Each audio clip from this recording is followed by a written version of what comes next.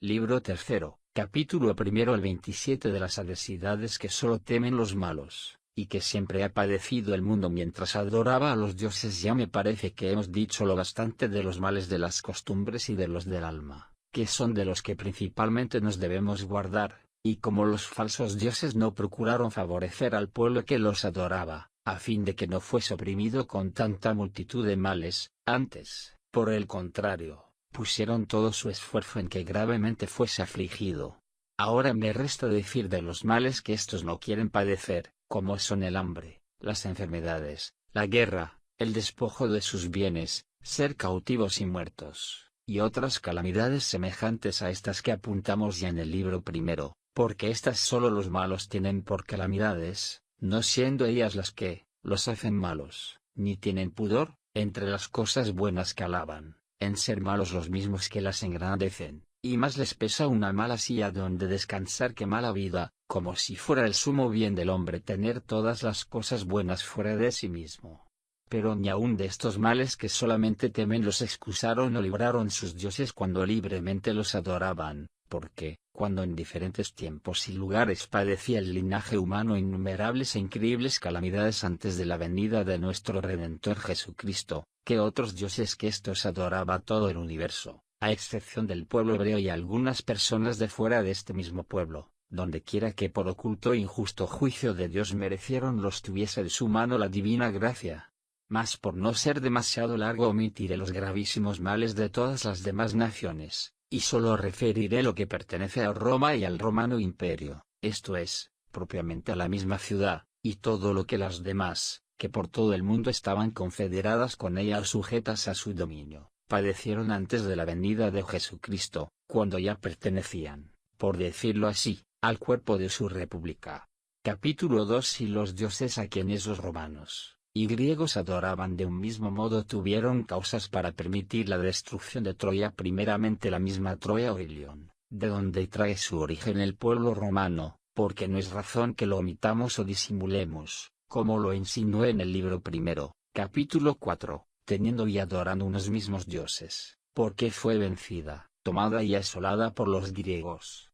Priamo, dice Virgilio, pagó el juramento que quebrantó su padre Laomedonte. Luego es cierto que Apolo y Neptuno sirvieron a Laomedonte por jornal, pues aseguran les prometió pagarles su trabajo y que se lo juró falsamente. Me causa admiración que Apolo, famoso adivino, trabajase en una obra tan grande, y no previese que Laomedonte no había de cumplirle lo pactado, aunque no era justo que tampoco Neptuno, su tío, hermano y rey del mar, ignorase las cosas futuras, pues a este le introduce Homero presagiando gloriosos sucesos de la descendencia de Eneas, cuyos sucesores vinieron a ser los que fundaron a Roma, habiendo vivido, según dice el mismo poeta, antes de la fundación de aquella ciudad, a quien también arrebató en una nube, como dice, porque no le matase a Aquiles, deseando, por otra parte, trastornar desde los fundamentos los muros de la fementida Troya que había fabricado con sus manos, como confiesa Virgilio.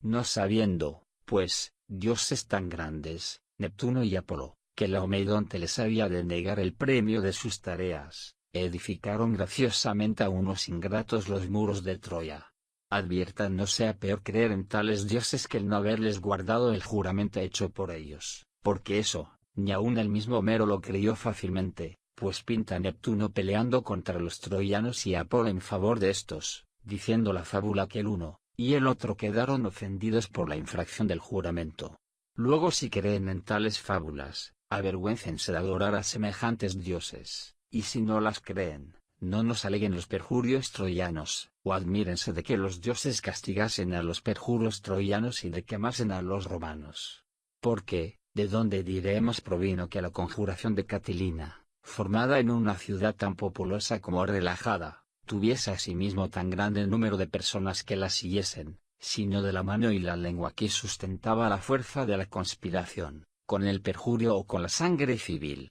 ¿Y qué otra cosa hacían los senadores tantas veces sobornados en los juicios, tantas el pueblo y los sufragios o en las causas que ante él pasaban, por medio de las arengas que les hacían, sino perjurar también? Porque en la época en que florecían costumbres tan detestables se observaba el antiguo rito de jurar, no para guardarse de pecar con el miedo o freno de la religión, sino para añadirles perjurios al crecido número de los demás crímenes. Capítulo 3. Que no fue posible que se ofendiesen los dioses con el adulterio de París, siendo cosa muy usada entre ellos, como dicen, así que no hay causa legítima por la cual los dioses que sostuvieron, como dicen, aquel imperio, probándose que fueron vencidos por los griegos, nación más poderosa que ellos, se finjan enojados contra los troyanos porque no les guardaron el juramento, ni tampoco, como algunos los defienden, se irritaron por el adulterio de París para dejar a Troya, en atención a que ellos suelen ser autores y maestros, no vengadores,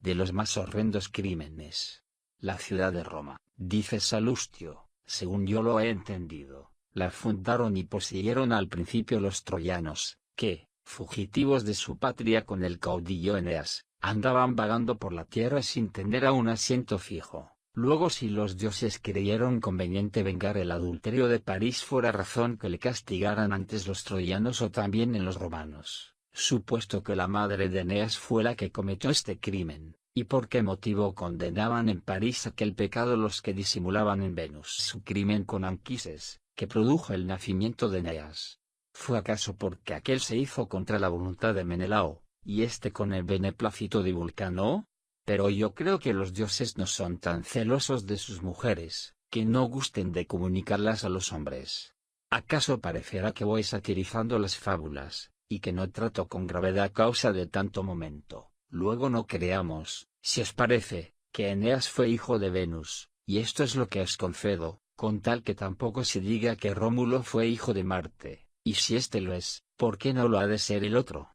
Por ventura es ilícito que los dioses se mezclen con las mujeres de los hombres, y es lícito que los hombres se mezclen con las diosas. Dura e increíble condición que lo que por derecho de Venus le fue lícito a Marte, esto, en su propio derecho, no lo sea lícito a la misma Venus. Con todo, lo uno y lo otro está admitido y confirmado por autoridad romana, porque no menos creyó el moderno César era Venus su abuela, que el antiguo Rómulo ser Marte su padre. Capítulo 4. Del parecer de Varrón, que dijo: era útil se finjan los hombres nacidos de los dioses. Dirá alguno, ¿y crees tú esto? Y yo respondo que de ninguna manera lo creo. Pues aún su docto Varrón, aunque no lo afirma con certeza, con todo, casi confiesa que es falso. Dice que interesa a las ciudades que las personas de valor, a pesar de ser falso, se tengan por hijos de los dioses, para que de este modo el corazón humano, como alentado con la confianza de la divina estirpe, emprenda con mayor ánimo y denuedo las acciones grandes, las examine con más madurez y eficacia, y con la misma seguridad las acabe más felizmente.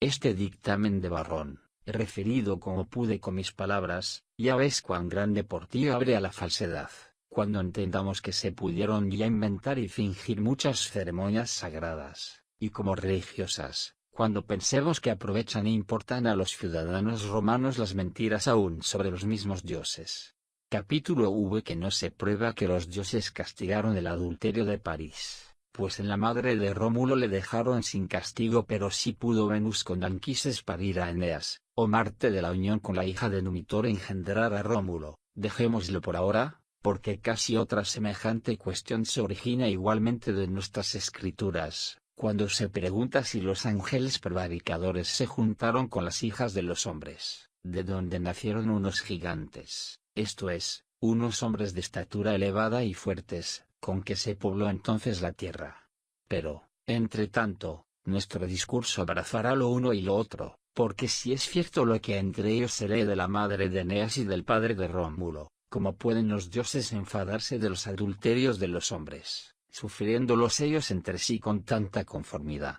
Y si es falso, tampoco pueden enojarse de los verdaderos adulterios humanos los que se deleitan aún de los suyos fingidos, y más que si el crimen de Marte no se cree, tampoco puede creerse el de Venus. Así que con ningún ejemplo divino, se puede defender la causa de la madre de Rómulo, en atención a que Silvia fue sacerdotisa vestal, y por eso debieran los dioses vengar antes este crimen sacrílego contra los romanos que el adulterio de París contra los troyanos. Era, pues, un delito tan execrable entre los antiguos romanos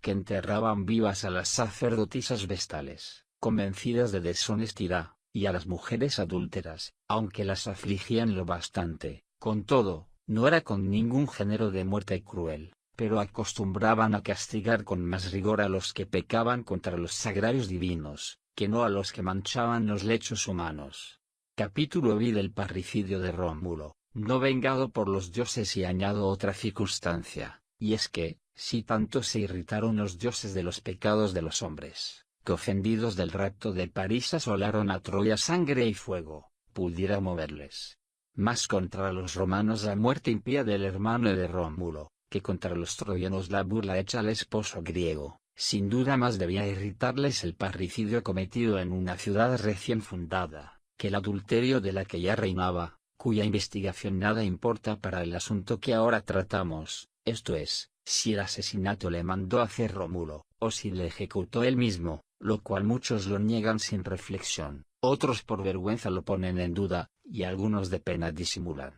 Y para que no nos detengamos en averiguar con demasiada diligencia esta circunstancia, atendiendo a los testimonios de tantos escritores, consta claramente que mataron al hermano de Rómulo, no los enemigos, ni los extraños, sino el mismo Rómulo, que ejecutó por sí mismo el fratricidio, o mandó se hiciese, y aun cuando así fuese, parece tuvo mejor derecho para decretarlo, pues Rómulo era el primer jefe y legislador de los romanos, y París no lo era de los troyanos. ¿Por qué razón provocó la ira de los dioses contra los troyanos aquel que robó la mujer ajena? Y Rómulo, que mató a su hermano, excitó y convidó a los mismos dioses a que tomasen sobre sí la tutela y amparo de los romanos. Y si este delito ni le cometió ni le mandó ejecutar Rómulo, no obstante que la transgresión era digna de castigo, toda la ciudad fue la que le hizo, porque toda pasó por él y no hizo caso de él, y no mató precisamente a su hermano, sino lo que es más notable, a su mismo padre, en atención a que el uno y el otro fue su fundador, y quitando al uno alevosamente la vida no le dejaron reinar. Creo que no hay para qué insinuar el castigo que mereció Troya para que la desamparasen los dioses, y así pudiese perecer, y el bien que mereció Roma para que hiciesen en ella asiento los dioses y pudiese creer, a no ser que digamos que,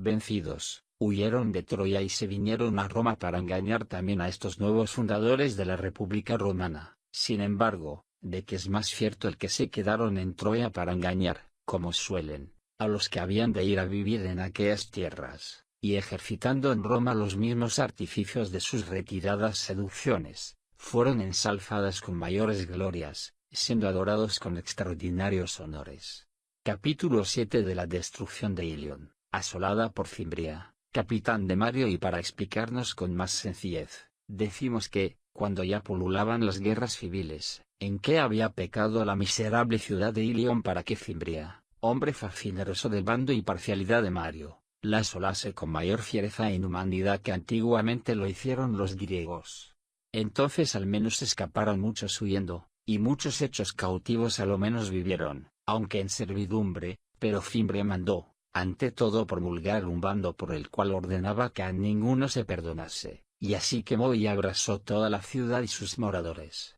Este impío decreto se mereció la ciudad de Ilion, no por mano de los griegos, a quienes había irritado con sus maldades, sino por la de los romanos, a quienes había propagado con sus calamidades, no favoreciendo para estorbar tantas desgracias los dioses que los unos y los otros comúnmente adoraban, o lo que es más cierto, no pudiendo ayudarles en infortunio tan grave. ¿Acaso entonces, desamparando sus sagrados aras, se habían ausentado todos los dioses que sostenían en pie aquel lugar después que los griegos le quemaron y asolaron? Y si se habían ido, deseo saber la causa, y cuanto más la examino, hallo que tanto mejor es la de los ciudadanos cuanto es peor la de los dioses, porque los habitantes cerraron las puertas a Fimbria solo por conservar la ciudad Asila, y él, enojado, les puso fuego, los abrasó y destruyó del todo. Hasta entonces Sila era capitán de la mejor parte civil, y hasta entonces procuraba con las armas recobrar la república, pero de estos buenos principios aún no habían llegado a experimentarse los malos fines. ¿Qué deliberación más justa y concertada pudieron tomar en tal apuro los vecinos de aquella ciudad? ¿Cuál más honesta? ¿Cuál más fiel? ¿Qué acción más digna de la amistad, y parentesco que tenían con Roma que conservar la ciudad en defensa de la mejor causa de los romanos, y cerrar las puertas a un parricida de la República Romana. Pero en cuán grande ruina y destrucción suya se les convirtió esta generosa acción, véanlos los defensores de los dioses que desamparasen estos a los adúlteros, y que dejasen Ilion en poder de las llamas griegas, para que de sus cenizas naciese Roma más casta. O sea, enhorabuena, pero, ¿por qué causa desampararon después la ciudad cuna de los romanos, no rebelándose contra Roma su noble hijo, sino guardando la fe más constante y piadosa al que en ella tenían mejor causa? Y, sin embargo, la dejaron para que la asolase, no a los más valientes griegos, sino al hombre más torpe de los romanos. Y si no agradaba a los dioses la parcialidad de Sila, que es para quien los infelices moradores guardaban su ciudad cuando cerraron las puertas, porque prometían tantas felicidades al mismo Sila. Con esta demostración se conoce igualmente que son más lisonjeros de los felices que protectores de los desdichados. Luego no fue asolado entonces ya Ilion porque ellos le desampararon, ya que los demonios, que están siempre vigilantes para engañar, hicieron lo que pudieron, pues habiendo arruinado y quemado con el lugar todos los ídolos, solo el de Minerva, dicen, como escribe Livio, que en una ruina tan grande de sus templos quedó entero, no porque se dijese en su alabanza, oh dioses patrios, bajo cuyo amparo está siempre Troya, sino porque no se dijese para su defensa que se habían ido todos los dioses, desamparando sus sagrados y aras, en atención a que se les permitió pudiesen conservar aquel ídolo, no para que por este hecho se probase que eran poderosos, sino para que se viese que les eran favorables. Capítulo 8. Si fue prudente encomendarse Roma a los dioses de Troya, qué prudente deliberación fue encomendarla, conservación de Roma a los dioses troyanos, después de haber visto por experiencia lo que pasó en Troya. Dirá alguno que ya estaban acostumbrados a vivir en Roma cuando Fimbria asoló Ilion, pero, ¿dónde estaba el simulacro de Minerva? Y si estaban en Roma cuando Fimbria destruyó Ilion, ¿acaso cuando los galos tomaron y abrasaron a Roma estaba en Ilion? Pero como tienen perspicaz el oído y veloz el movimiento, al graznido de los gansos volvieron enseguida para defender siquiera la roca del Capitolio, que solamente había quedado, mas para poder venir a defender el resto de la ciudad llegó el aviso tarde. Capítulo 9. Si la paz que hubo en tiempo de Numa se debe creer que fue obra de los dioses, créese también que estos ayudaron a Numa Pompilio, sucesor de Rómulo, para que gozase la paz que disfrutó en todo su reinado, ya que cerrase las puertas de Jano, que suelen estar abiertas en tiempo de guerra, es, a saber, porque enseñó a los romanos muchos ritos y ceremonias sagradas. A este se le pudiera dar el parabién del ocio, y que tú que gozó en el tiempo de su reinado, si pudiera emplearla en proyectos saludables, y, dejándose de una curiosidad perniciosa, se aplicara con verdadera piedad a buscar al Dios verdadero. Mas no fueron los dioses los que le concedieron el reposo, y es creíble que menos le engañaran si no le hallaran tan ocioso, porque cuanto menos ocupado le hallaron, tanto más le empeñaron en sus detestables designios. ¿Y cuáles fueron sus pretensiones y los artículos con que pudo introducir para sí o para la ciudad semejantes dioses? Lo refiere Varrón, de lo cual, si fuere la voluntad de Dios, hablaremos más largamente en su lugar, pero ahora, porque tratamos de sus beneficios, decimos que grande y singular merced es la paz, mas las incomparables gracias del verdadero Dios son comunes por la mayor parte, como el sol, el agua y otros medios importantes para la vida, para los ingratos y gente perdida. Y si este tan particular bien le hicieron los dioses a Roma o a Pompilio, ¿por qué después jamás se le hicieron al Imperio Romano en tiempos mejores y más loables? ¿Eran, acaso, más interesantes los ritos y ceremonias sagradas cuando se instituían que cuando, después de instituidas, se celebraban? Ahora bien, entonces no existían, sino que se estaban instituyendo, y después ya existían y para que aprovechasen se guardaban. ¿Cuál fue la causa de que los 53 años, o como otros quieren, 39, se pasaron con tanta paz reinando Numa, y después, establecidas ya las ceremonias sagradas y teniendo ya por protectores a los mismos dioses que habían sido honrados con las mismas ceremonias, apenas después de tantos años, desde la fundación de Roma hasta Augusto César, se refiere a uno por gran milagro, concluida la primera guerra pánica, en que pudieron los romanos cerrar las puertas de la guerra. Capítulo X. Y se debió desear que el Imperio Romano creciese con tan rabiosas guerras, pudiendo estar seguro, con lo que creció en tiempo de Numa. Responderán acaso que el Imperio Romano no podía extender tanto por todo el mundo su dominio y ganar tan grande gloria y fama, si no es con las guerras continuas,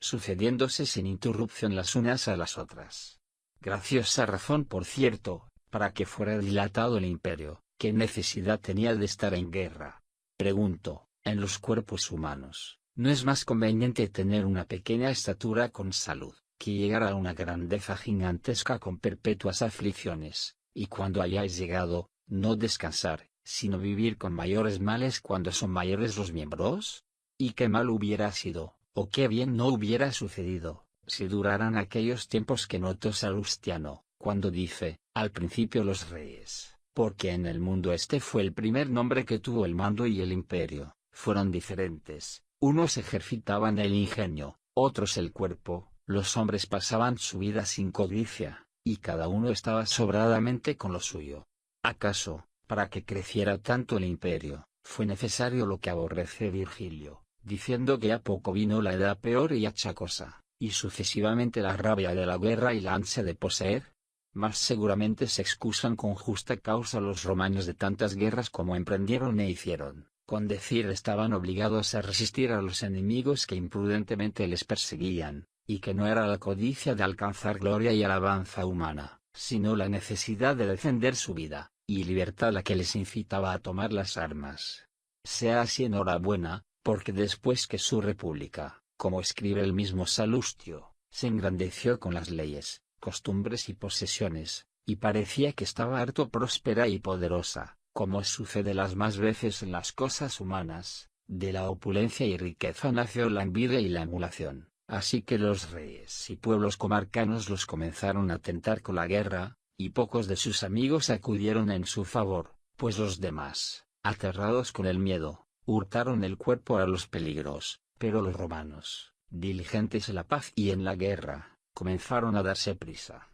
disponíanse con denuedo, animábanse los unos a los otros, salían al encuentro a sus enemigos, defendían con las armas su libertad, padres y patria, mas después habiéndose librado con su valor de los peligros inminentes que les rodeaban, se aplicaron a socorrer a sus amigos, aliados y confederados, empezando con esta política a granjear amistades más con hacer que con recibir beneficios. Con estos medios suaves se acrecentó honestamente Roma, pero reinando Numa, para que hubiese una paz tan estable y prolongada. Pregunto, si les acometían los enemigos e incitaban con la guerra, o si acaso no había recelos de esta, para que así pudiese perseverar aquella paz, pues si entonces era provocada Roma con la guerra, y no resistía las armas con las armas, con la traza que se apaciguaban los enemigos sin ser vencidos en campal batalla, y sin causarles temor con ningún ímpetu de guerra, con la misma traza podía Roma reinar siempre en paz, teniendo cerradas las puertas de Jano. Y si esto no estuvo en su mano, luego no tuvo Roma paz todo el tiempo que quisieron sus dioses, sino el que quisieron los hombres, sus comarcanos, que no se la turbaron con hostilidad alguna, si no es que semejantes dioses se atrevan también a vender al hombre lo que otro hombre quiso o no quiso. Es verdad que esta alternativa de acontecimientos coincide con el vicio propio y culpa de los malos, que opinan que se les permite a estos demonios el atemorizarles, o animarles sus corazones. Pero si siempre dependiesen de su arbitrio tales sucesos, y por otra oculta y superior potestad no se hiciese muchas veces lo contrario de lo que ellos pretenden, siempre tendrían en su mano la paz y las victorias en la guerra, las cuales, las más de las veces, acontecen según disponen y mueven los ánimos de los hombres. Capítulo 11 de la estatua de Apolo Cumano, cuyas lágrimas se creyó que pronosticaron la destrucción de los griegos por no poderles ayudar y con todo, por la mayor parte suceden semejantes acontecimientos contra su voluntad, según lo confiesan las fábulas, que mienten mucho y apenas tienen indicio de cosa que sea verosímil, y también las mismas historias romanas, en cuya comprobación decimos que no por otro motivo se tuvo aviso que Apolo Cumano lloró 4 días continuos, al tiempo que sostenía en guerra a los romanos contra los aqueos y contra el rey Aristónico, Pero atemorizados los arúspices con este prodigio, y siendo de parecer que se debía echar en el mar aquel ídolo, intercedieron los ancianos de Cumas, diciendo que otro semejante milagro se había visto en la misma estatua en tiempo de la guerra de Antíoco y en la de Jerjes, afirmando que en ellas les había sido próspera la fortuna a los romanos, pues por decreto del Senado le habían enviado sus dones a Apolo. En virtud de esta contestación congregaron entonces otros arúspices más prácticos, y examinando el caso con la debida circunspección, respondieron unánimemente que las lágrimas de la estatua de Apolo eran favorables a los romanos, porque Cumas era colonia griega, y que llorando Apolo había significado llanto, y desgracias a las tierras de donde la habían traído, esto es, a la misma Grecia. Después de breve tiempo vino la nueva fatal de haber sido vencido y preso el rey Aristónico, quien seguramente no quisiera Apolo que fuera vencido, y de ello le pesaba, significándolo con lágrimas de su piedra, por lo que no tan fuera de propósito nos pintan como veraz la condición de los demonios los poetas con sus versos verosímiles, aunque fabulosos, porque en Virgilio leemos que Diana se duele y aflige por Camila, y que Hércules llora por Palante, advirtiendo que la habían de matar. Por esta causa quizá también Numa Pompilio, gozando de una suave y larga paz, pero ignorando por beneficio de quien le provenía aquella felicidad, sin procurar indagarlo, estando ocioso imaginando a qué dioses encomendaría la salud de los romanos y la conservación de su reino, y opinando que el verdadero y poderoso Dios no cuidaba de las cosas terrenas, y acordándose al mismo tiempo que los dioses troyanos, que Eneas había traído, no habían podido conservar por mucho tiempo ni el reino de Troya ni el de Lavinio, que el mismo Eneas había fundado, le pareció sería bueno proveerse de otros para añadirlos a los primeros que con Rómulo habían pasado a Roma, o a los que habían de pasar después de la destrucción de Alba, poniéndoselos, o por guardas como a fugitivos, o por ayuda y socorro como a poco poderosos.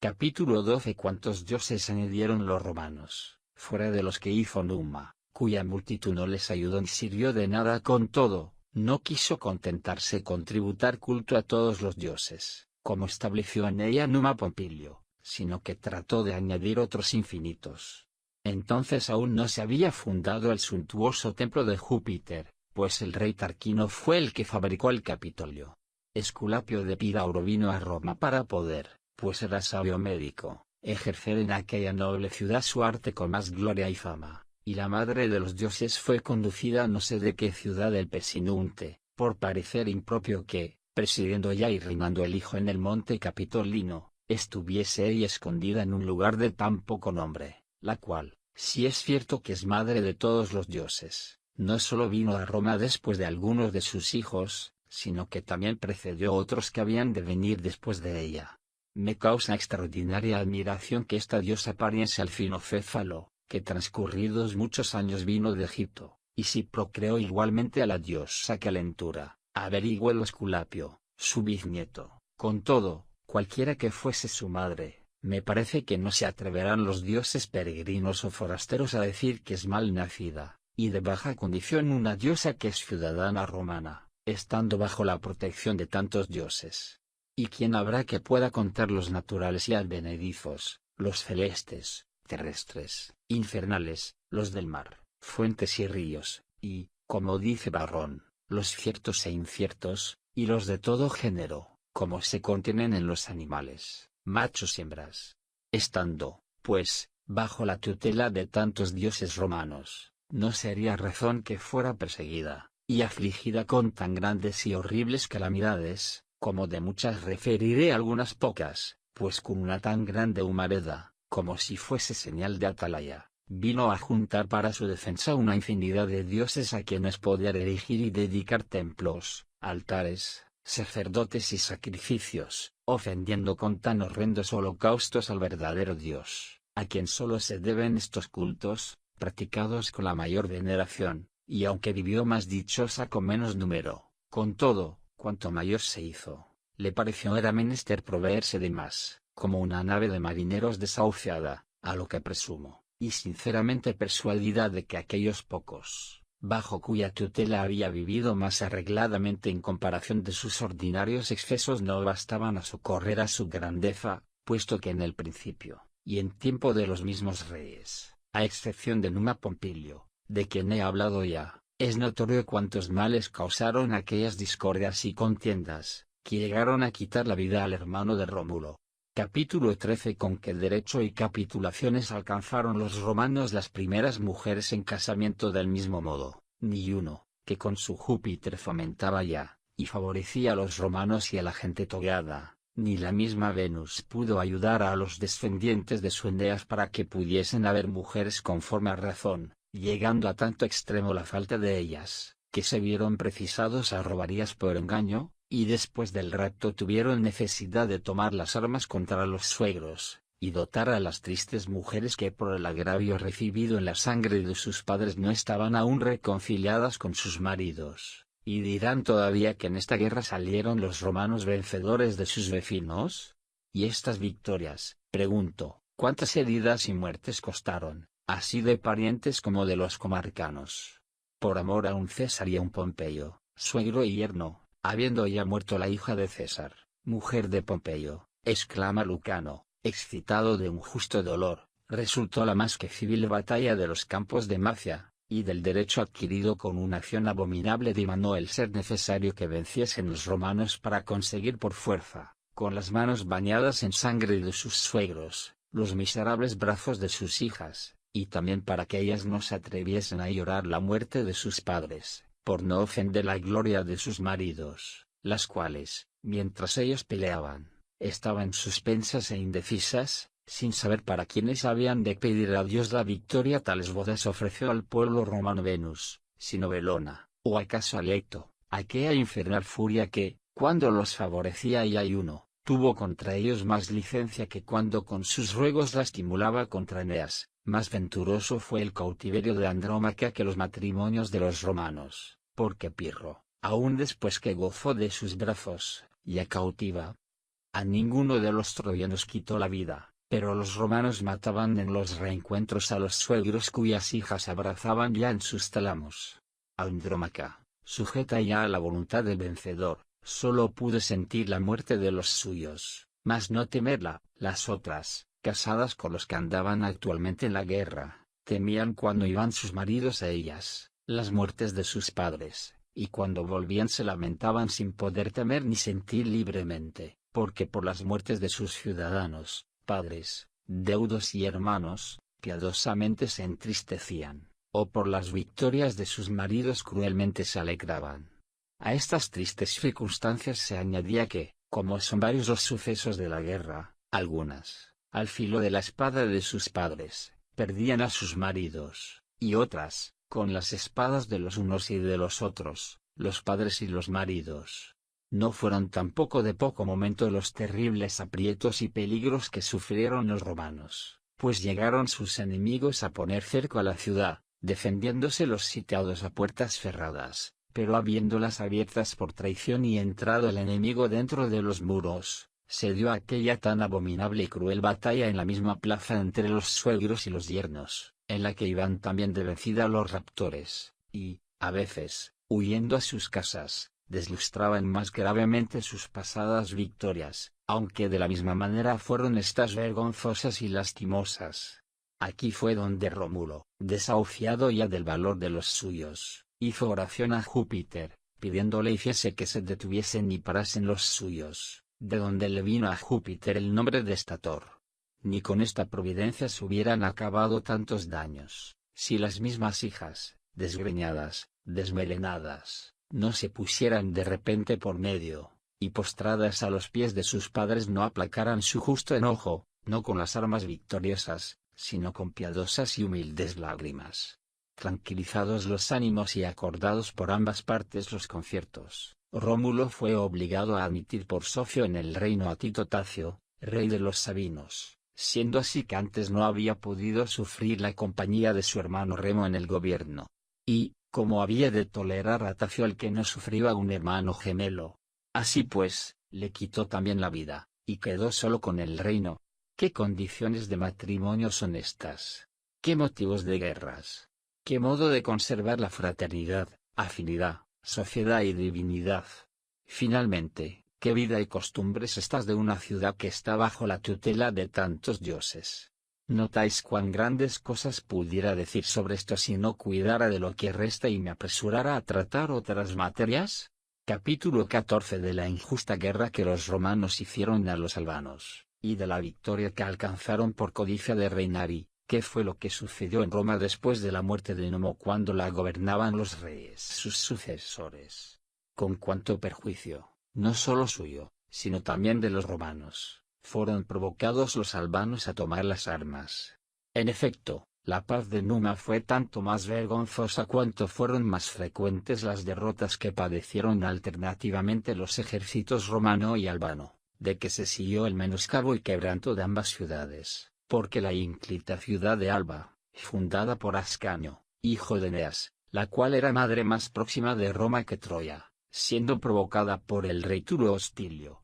tomó las armas y peleó, y peleando quedaron ambas igualmente destrozadas, y así determinaron fiar los sucesos de la guerra, por una y otra parte, a los 3 hermanos mellizos. Salieron al campo, de la parte de los romanos, 3 Horacios, y de los albanos, 3 Curiacios. Estos mataron a 2 Horacios, un Horacio maté a los 3 Curiacios, y así quedó Roma con la victoria, habiendo padecido también en esta última batalla la desgracia de que de 3, uno solo volvió vivo a casa. Y, ¿para quién fue el daño de los unos de Venus? Para los nietos de Júpiter los otros. ¿Para quién el llanto, sino para el linaje de Eneas, para la descendencia de Ascanio, para los nietos de Júpiter?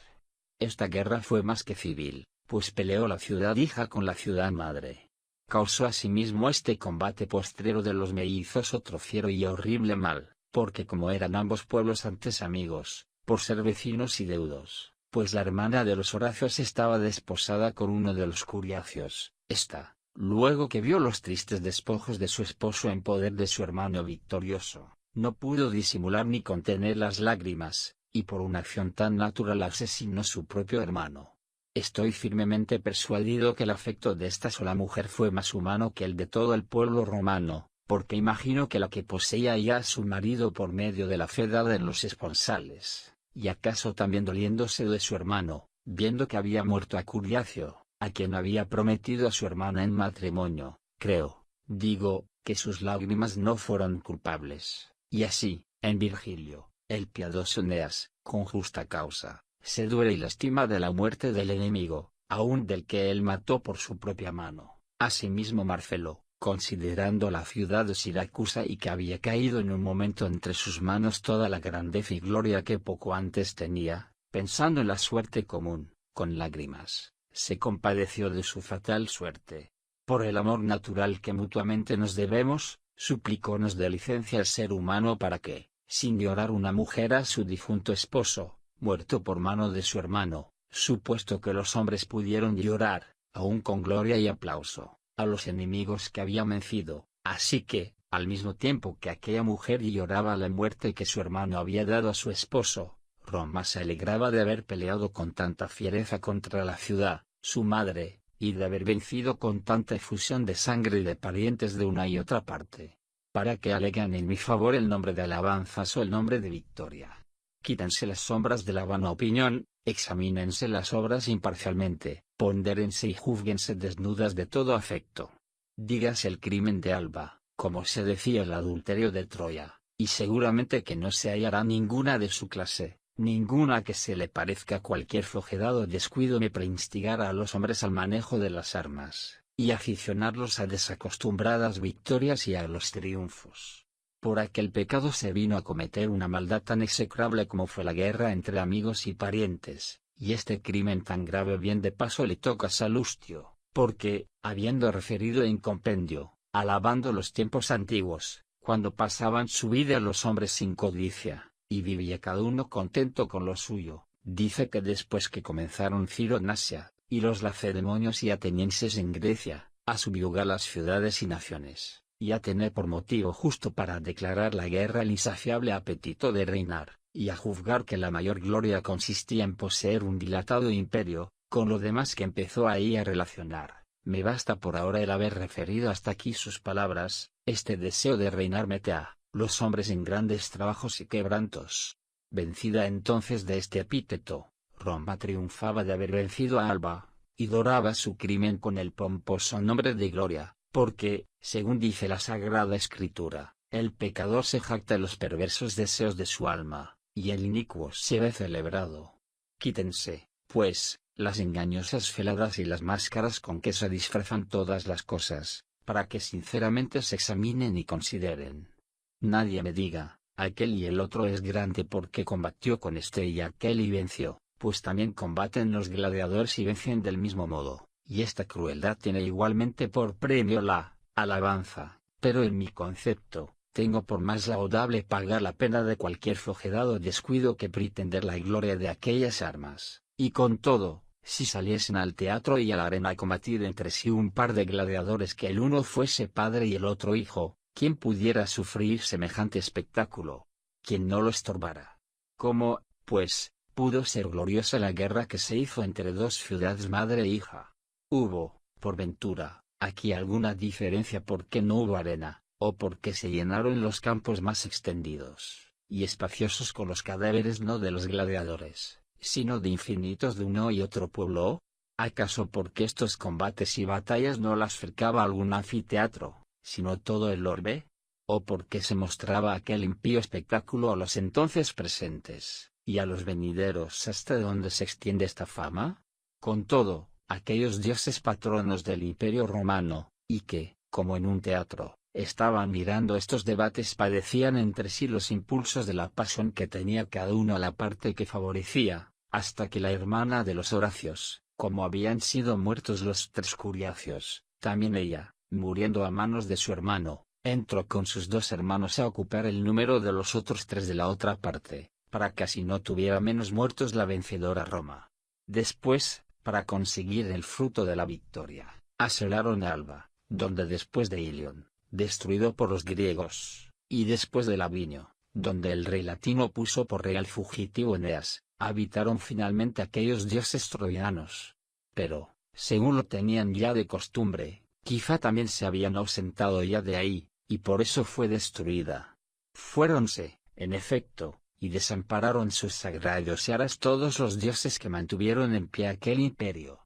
Y ved aquí cómo se fueron ya la tercera vez, para que a la cuarta, por justa providencia, se les encomendase Roma, porque igualmente les descontentó Alba, donde echando del reino a su hermano, reinó Amulio, y al mismo tiempo les había agradado Roma, donde, habiendo muerto a su hermano, había reinado Rómulo, pero antes que fuese asolada Alba, dicen, toda la gente del pueblo se mandó pasar a Roma, para que de ambas se hiciese una ciudad sola, y dado que fue así, con todo, aquella ciudad, que fue donde reinó Ascanio y tercer domicilio de los dioses troyanos, siendo ciudad madre, fue destruida por su hija, y para que de las reliquias que habían quedado de la guerra, de los dos pueblos se hiciera una miserable unión y sociedad, primeramente se hubo de derramar tanta sangre de una y otra parte. ¿Qué diré ya en particular como en tiempo de los demás reyes? Estas mismas guerras se renovaron tantas veces, cuando parecía que se habían ya acabado con tantas victorias y que, al parecer, aparentaban habían haber desaparecido finalmente con tantos estragos.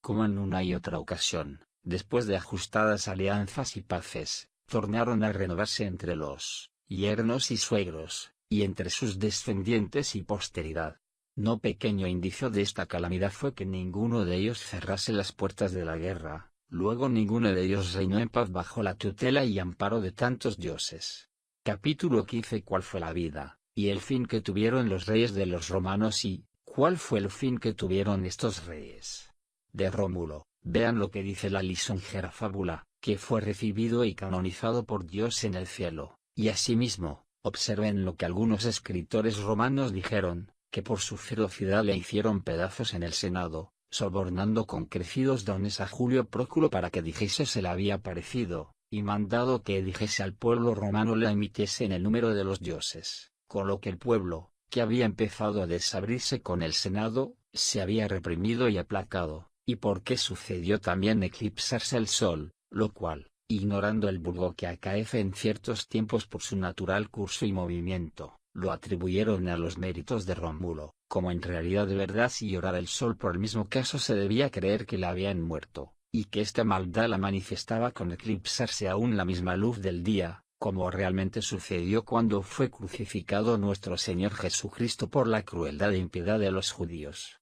Es prueba convincente de que aquel eclipse no sucedió por el curso regular de los astros el ver que entonces cayó la Pascua de los judíos que se celebraba solemnemente estando la luna llena, y el eclipse regular del sol no sucede sino al fin de la luna. Cicerón bien claro da a entender que la misión de Rómulo entre los dioses fue más opinión vulgar que una realidad, pues alabándole en los libros de República, en persona de Escipión dice, tanto alcanzó, que como no se le viese, habiéndose de pronto oscurecido el sol, se creyó que la habían recibido en el número de los dioses, cosa que jamás ningún hombre pudo alcanzar sin estar dotado de singular valor, y en lo que dice que de repente dejó de ser visto, sin duda se entiende así, o la violencia de la tempestad o el secreto con que le dieron muerte, pues otros escritores suyos, al eclipse de sol añaden también una imprevista tempestad, la cual, sin duda, o dio ocasión y tiempo a aquella muerte, o ella misma fue la que acabó con Rómulo, porque de Tulo Hostilio, que fue su tercer rey,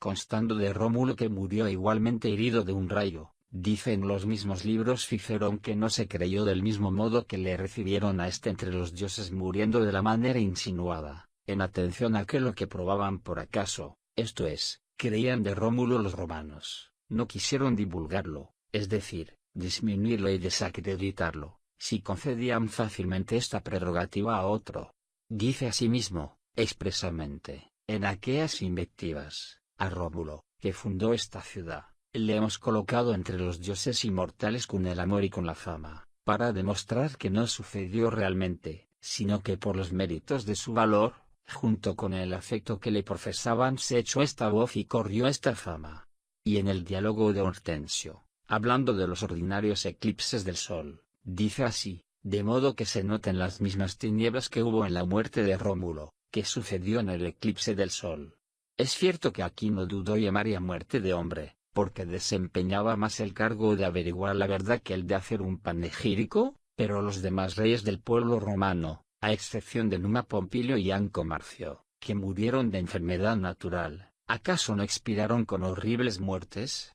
A Tulo Hostilio, como dije, el que venció y asoló la ciudad de Alba, un rayo le abrasó con todo su palacio. Tarquino Prisco murió por traición de los hijos de su antecesor. Servio Tulo falleció por el enorme crimen de su yerno Tarquino el Soberbio, que le sucedió en el reino, y, con todo, no se fueron los dioses, desamparando sus sagrados y harás, no obstante haberse cometido tan gran parricidio en el rey más justo y virtuoso de aquel pueblo. Sin embargo, estos espíritus preocupados dicen que al proceder así con la miserable Troya, y dejarla para que las olas en ella abrasasen los griegos, les movió el adulterio de París, contra lo cual, justamente, se opone que el mismo Tarquino sucedió en el reino al suegro, a quien había matado. A este infame parricida, con la muerte de su suegro le vieron aquellos dioses reinar, triunfar en muchas batallas y edificar con los despojos de ellas el Capitolio, sin desamparar ellos el lugar, antes hallándose presentes y de asiento a todos estos lances sufriendo que su rey Júpiter los presidiese, y reinase sobre ellos en aquel elevado templo, esto es, construido por mano de un parricida, pues entonces aún no era inocente cuando edificó el Capitolio, y después, por su mala conducta y crueldad, fue echado de la ciudad entrando a poseer el mismo reino, o donde había de edificar el Capitolio, por medio de una abominable maldad y execrable crimen, pues cuando después le echaron los romanos del reino, y le desterraron de los muros de la ciudad no fue porque él tuviese culpa en la violación de Lucrecia, porque este fue pecado de su hijo, que le cometió no solo sin saberlo, sino estando ausente, pues estaba a la sazón combatiendo a la ciudad de Ardea y dirigiendo la guerra del pueblo romano. Ignoramos qué hubiera hecho si a su noticia llegara el delito que había cometido su hijo, y, con todo, sin saber su dictamen y voluntad, y sin hacer la prueba de ella, el pueblo le privó del reino, y habiendo recogido el ejército, a quien ordenaron que dejase de seguir al rey y a sus banderas, le cerraron después las puertas de la ciudad, y no le permitieron entrar dentro de ella, pero después de frecuentes y penosas guerras con que afligió a los romanos, procurándose conjurasen contra ellos sus comarcanos, viéndose absolutamente desamparado de sus antiguos aliados, en cuyo favor confiaba, y que no le era posible recobrar la corona, vivió en paz, según dicen, 14 años como persona particular en el Túsculo, cerca de Roma, y envejeció con su mujer, muriendo con muerte quizás más digna de envidia que la de su suegro, que murió por alevosía de su yerno y no ignorándolo su hija, según dicen. Y con todo, a este Tarquino no le llamaron los romanos el cruel o el malvado, sino el soberbio, no pudiendo acaso sufrir ellos su real Fausto y soberbia, por otra semejante soberbia de que estaban dominados sus corazones. ¿Y por qué razón del crimen que cometió en matar a su suegro, y a su buen rey hicieron tan poco caso, que enseguida le colocaron en el trono? Como si en este acto no cometieran ellos mayor culpa y maldad recompensando tan extraordinariamente un crimen tan alevoso, y con todo, no se fueron los dioses desamparando sus sagrados y harás, si no es, que acaso haya alguno que intente defenderlos diciendo que por eso se quedaron en Roma, más para poder castigar a los romanos afligiéndolos que para ayudarlos con beneficios contentándolos con victorias vanas y destruyéndolos con crueles guerras. Esta fue la vida por casi 243 años que se pasó en Roma bajo el gobierno de los reyes, en el tiempo tan alabado por sus escritores, hasta que echaron a Tarquino el soberbio, por casi 243 años, habiendo dilatado el imperio con todas aquellas victorias compradas, y habidas a costa de tanta sangre y de tantas desgracias, apenas 20 millas alrededor de Roma, espacio tan corto, que al presente no se puede comparar con ninguna de las ciudades de Getulia. Capítulo 16 de los primeros cónsules que tuvieron los romanos, como el uno de ellos echó al otro de su patria, y después de haber cometido en Roma enormes parricidios, murió dando la muerte a su enemigo. A esta época debemos añadir también la otra hasta la cual dice Salustio que se vivió justa y moderadamente, mientras duró el miedo que tenían a las armas de Tarquino, y se terminó la peligrosa guerra que sostuvieron con los etruscos, porque todo el tiempo que estos favorecieron a Tarquino en la pretensión de recobrar el reino padeció Roma una guerra cruel,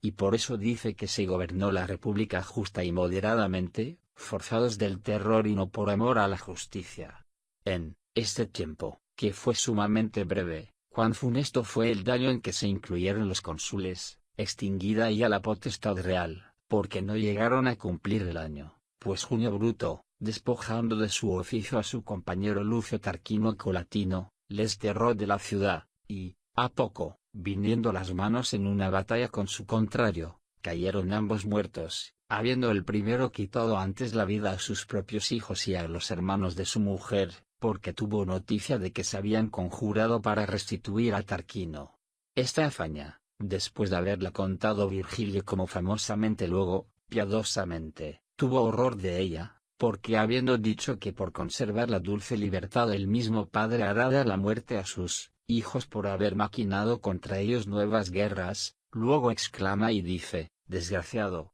en fin, como quiera que entendieren este hecho los venideros. Como quiera, dice, que los sucesos tomaren este hecho, esto es, como quiera que le engrandecieren y alabaren. En efecto, el que mata a sus hijos es desgraciado y desdichado, y como para consuelo de este infeliz, añadió, vencióle el amor de la patria y la inmensa ambición de gloria. Por ventura en Bruto, que mató a sus hijos, y que habiendo dado muerte a su enemigo, hijo de Tarquino, quedando el muerto de mano del mismo, no pudo vivir más, antes el mismo Tarquino vivió después de él, no parece que quedó vengada la inocencia de Colatino, su colega, que, siendo buen ciudadano, después de desterrado Tarquino, padeció inculpablemente lo que el mismo tirano merecía, y aun el mismo Bruto, dicen, era pariente de Tarquino. Pero, en efecto, a Colatino le perjudicó la semejanza en el nombre, porque también se llamaba Tarquino, forzáranle,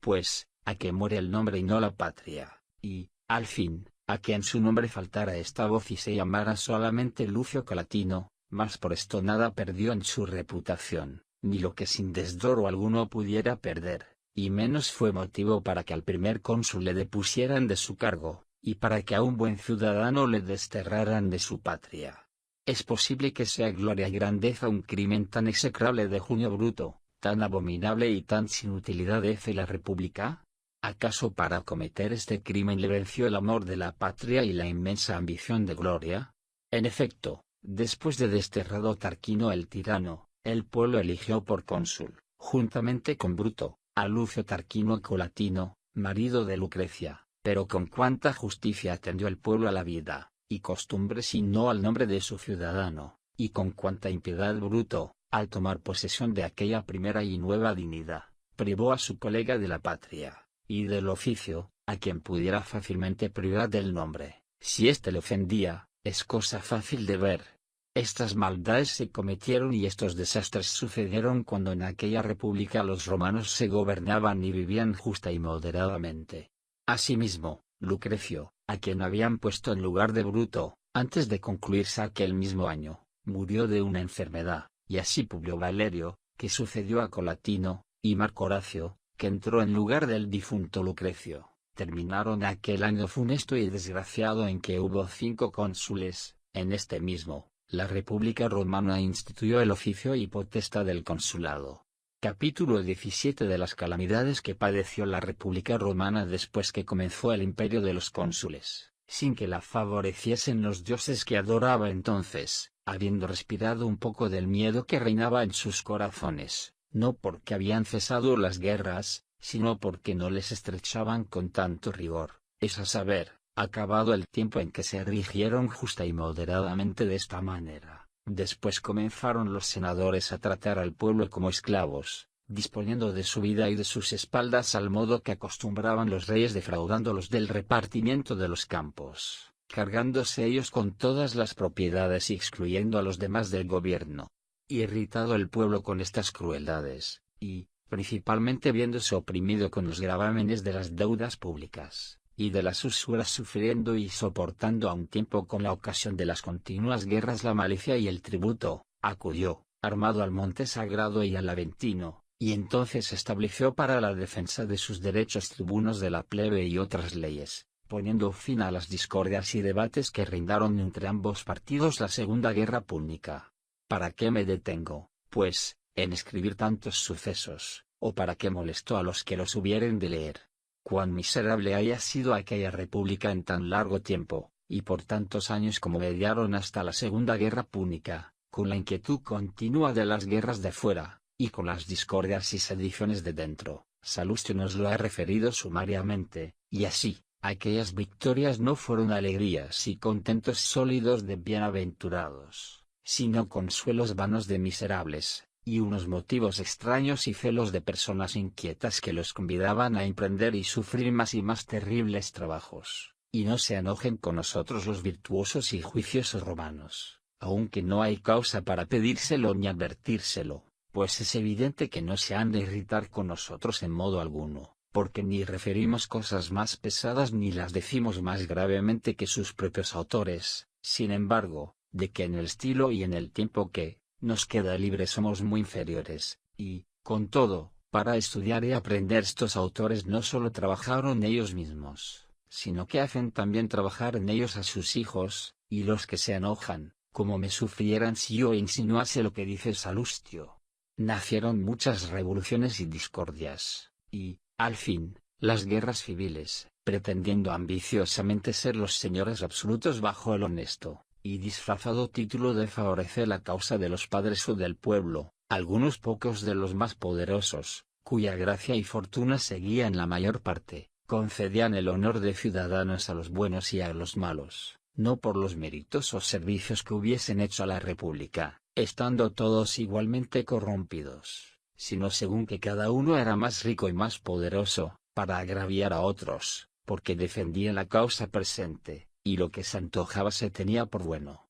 Y si a aquellos historiadores les pareció que tocaba la honesta libertad no pasar en silencio las calamidades de su propia ciudad, a quien en otros muchos lugares les ha sido forzoso alabarla con grande gloria y exageración, ya que, efectivamente, no disfrutaban de la otra más verdadera, a donde se han de admitir y recibir los ciudadanos eternos, ¿qué obligación nos liga a nosotros, cuya esperanza en Dios, cuanto es mejor y más cierta, tanto debe ser mayor nuestra libertad, viendo que imputan y atribuyen a nuestro Señor Jesucristo los infortunios y calamidades presentes, para desviar a los débiles y menos entendidos y enajenarlos de aquella ciudad, la única en que se ha de vivir eterna y bienaventuradamente. ni tampoco contra sus dioses decimos cosas más abominables que sus mismos autores, que ellos leen y alaban, pues de ellos hemos tomado nuestros discursos, y en ningún modo somos aptos para referir tales y tantas particularidades como ellos dicen.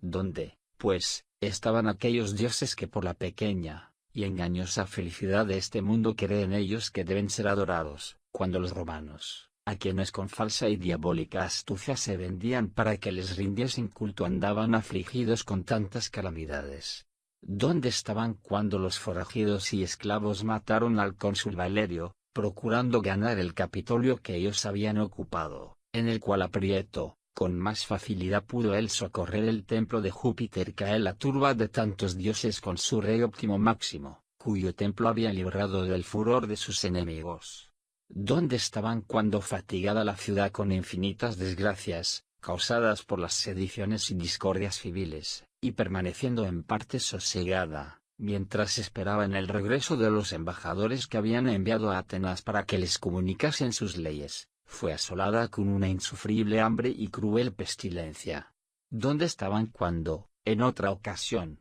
padeciendo hambre el pueblo, creó por primera vez un prefecto que cuidase de la provisión del pan, y creciendo el hambre sobremanera, Espurio Melio, por haber proveído libremente de trigo al hambriento pueblo, incurrió en el crimen de haber intentado alzarse con el señorío de la República, siendo a instancia del mismo prefecto, por orden expresa del dictador Lucio Quincio, viejo ya decrépito, asesinado por Quinto Servilio, general de la caballería, ni sin una terrible y peligrosa revolución de la ciudad. ¿Dónde estaban cuando, en una cruel peste, viéndose el pueblo fatigado por mucho tiempo y sin remedio con sus dioses inútiles, determinó hacerles nuevos lectistermios, lo que jamás antes había hecho, para lo cual solían colocar unos lechos o mesas ricamente aderezadas en honra de los dioses, de donde esta ceremonia sagrada, o, por mejor decir, sacrílega, tomó el nombre? ¿Dónde estaban cuando por 10 años continuos, peleando con mal suceso contra los bellos, el ejército romano padeció muchos y muy terribles estragos y calamidades, los que se hubieran acrecentado si al cabo no les socorriera Furio Camilo, a quien después condenó la ingrata ciudad?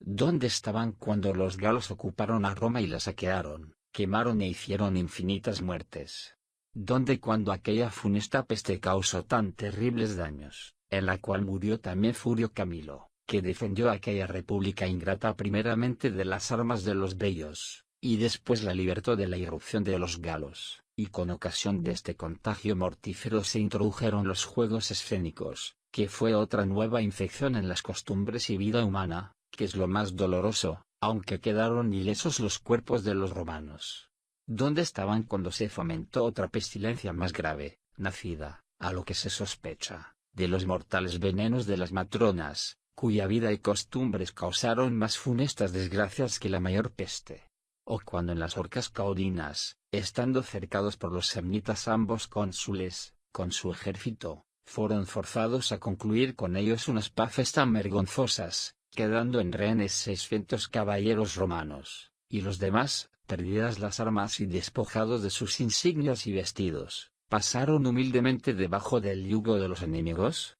¿O cuando estando todos gravemente enfermos de la peste muchos perecieron en el ejército, a causa de los rayos que cayeron del cielo? ¿O cuando asimismo, por otro intolerable y funesto contagio, fue obligada Roma a traer de Epidauro a Esculapio, como a Dios médico, porque a Júpiter, Rey universal de todos, que ya había mucho tiempo que presidían el Capitolio, las muchas liviandades a que se entregó siendo joven no le dieron, quizá, lugar para estudiar la medicina? ¿O cuando, conjurándose a un mismo tiempo sus enemigos los lucanos, brucios, samnitas, etruscos y galos senones, primeramente les mataron sus embajadores y después rompieron y derrotaron el ejército con su pretor, muriendo con él 7 tribunos y 13,000 soldados? ¿O cuando en Roma, después de graves y largas discordias, en las cuales, al fin, el pueblo se amotinó y retiró al Janícolo?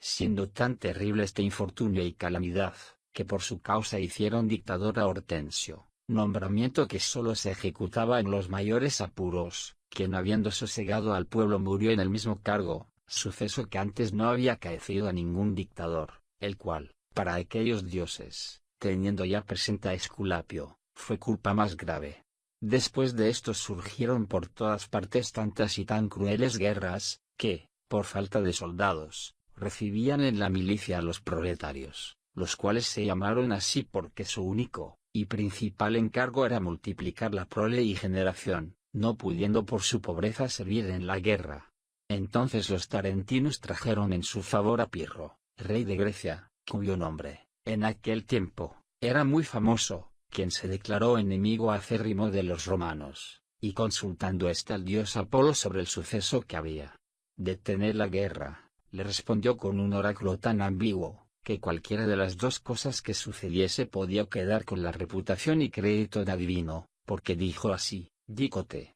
Pirre venceré pose romanos, y de esta manera, ya los romanos venciesen a Pirro, o Pirro a los romanos, y Algorero seguramente podía esperar el éxito, cualquiera de las dos cosas que sucediesen, ni qué estrago y matanza padeció uno y otro ejército. No obstante, Pirro fue más venturoso en el combate, de modo que ya pudiera, interpretando en su favor a Apolo, publicarle y celebrarle por adivinos y luego en esta batalla no llevaran lo mejor los romanos. En medio de la tribulación y despecho que causaban las guerras, sobrevino igualmente una peligrosa peste en las mujeres, porque antes de que al tiempo natural pudiesen parir las criaturas, morían con ellas, estando aún embarazadas, en lo cual, a lo que entiendo, se excusaba Esculapio, diciendo que él profesaba la facultad de médico mayor y no la de partera. Del mismo modo perecía el ganado, siendo ya tan terrible la mortandad, que llegaron a persuadirse las gentes que se había de extinguir la generación de los animales. Y, ¿qué diré de aquel invierno tan memorable en la historia, que fue sobremanera cruel y riguroso, durando en la plaza por espacio de 40 días la nieve tan elevada, que ponía horror, helando también el Tíber? Si esto sucediera en nuestros tiempos, ¿qué de cosas y cuán grandes nos dijeran estos? Y asimismo, ¿cuánto duró el rigor de aquella funesta peste? ¿Cuán excesivo fue el número de los que mató? La cual, como empezase a continuar aún más gravemente por otro año, teniendo en vano presente a Esculapio, acudieron a los libros sibilinos, que son un género de oráculos, según refiere Cicerón en los libros de Divinatione, en que más se suele creer a los intérpretes que conjeturan como pueden o como quieren sobre las cosas dudosas. Entonces, pues, dijeron que la causa del contagio era porque muchas personas particulares tenían ocupadas varias de las casas consagradas a los dioses, y así libraron en esta ocasión a Esculapio de la indisculpable calumnia de ignorancia o desidia. ¿Y por qué motivo? Pregunto. Se habían ido muchos a vivir en aquellas casas sin prohibírselo ninguno, sino porque inútilmente y por mucho tiempo habían acudido a pedir remedio a tanta multitud de dioses. Así, poco a poco, los que los reverenciaban desamparaban las casas para que, como baldías, por lo menos sin ofensa de nadie, pudiesen volver a servir a las necesidades de los hombres, y las que entonces, con toda diligencia, se renovaron y taparon con ocasión de aplacar la peste, si no volvieron a estar otra vez de la misma manera encubiertas y por haberlas desamparado, sin duda que no se tuviera por tan grande la noticia y erudición de Varrón, pues escribiendo de las casas consagradas a los dioses, refiere tantas de que no se tenía noticia y estaban olvidadas, pero entonces, más procurando inventar una aparente disculpa para con los dioses que el remedio necesario para atajar la peste. Capítulo 18. Cuán graves calamidades afligieron a los romanos en tiempo de las guerras púnicas, habiendo deseado y pedido en balde el auxilio y favor de sus dioses en el tiempo en que se sostenían las guerras púnicas o cartaginesas, vacilando entre uno y otro imperio, como incierta y dudosa, la victoria, y haciendo estos dos poderosos pueblos fuertes y costosas jornadas, que reinos de menos reputación fueron destruidos.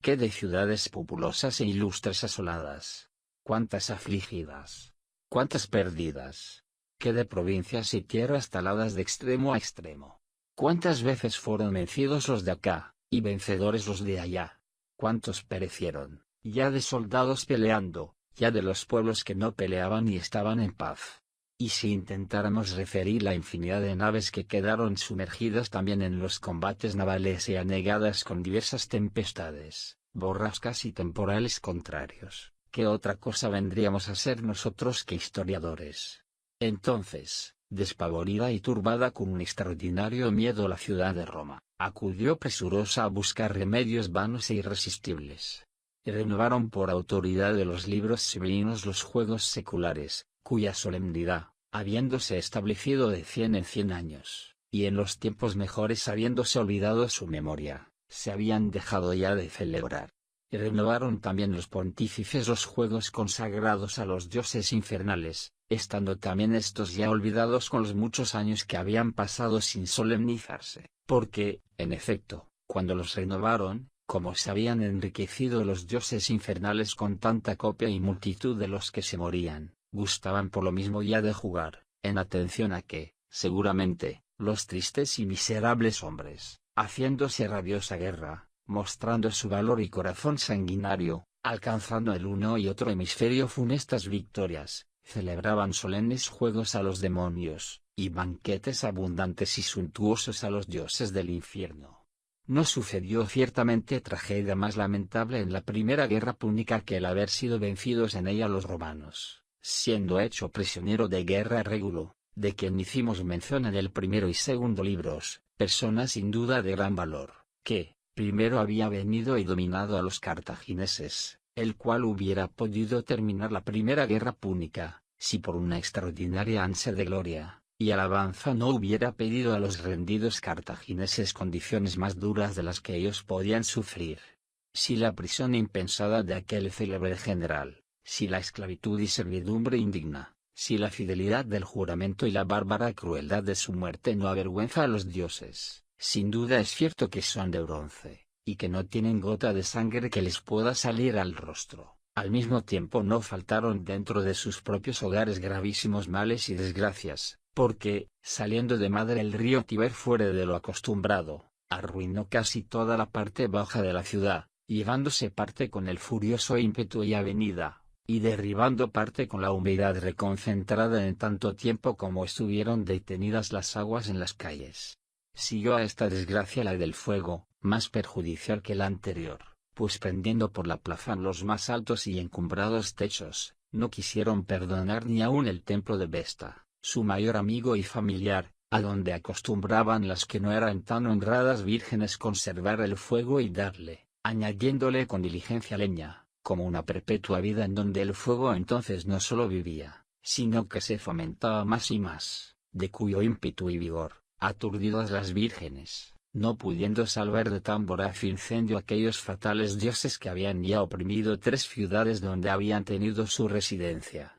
el pontífice Metelo, olvidado en cierto modo de su vida, y atravesando valerosamente por medio de las llamas, los sacó ilesos, saliendo él bastante chamuscado, porque ni aun a él le tocó el fuego, ni tampoco había ahí Dios, que aun cuando le hubiera no huyera. Más bien, podemos decir que el hombre pudo ser de más importancia a los dioses del templo de Vesta que ellos al hombre. Y si así propios no se podían defender del fuego, a aquella ciudad, cuyo principio, esplendor y conservación se creía que amparaban, en que la pudieran ayudar contra las aguas y las llamas, como, en efecto, la misma experiencia manifestó que nada pudieron, no les hiciéramos estas objeciones si dijeran que aquellos dioses los habían instituido no para custodia de los bienes temporales, sino para significar los eternos, y así, aunque sucediese perderse por ser cosas corporales y visibles, nada se perdía de aquellos objetos en cuya significación fueron instituidos, y que se podían renovar y reparar de nuevo para el mismo defecto. Pero es cierto que con extraña ceguedad creen que fue posible alcanzar con aquellos dioses, que no podían perecer, que no pudiese acabar la salud corporal y la felicidad temporal de la ciudad,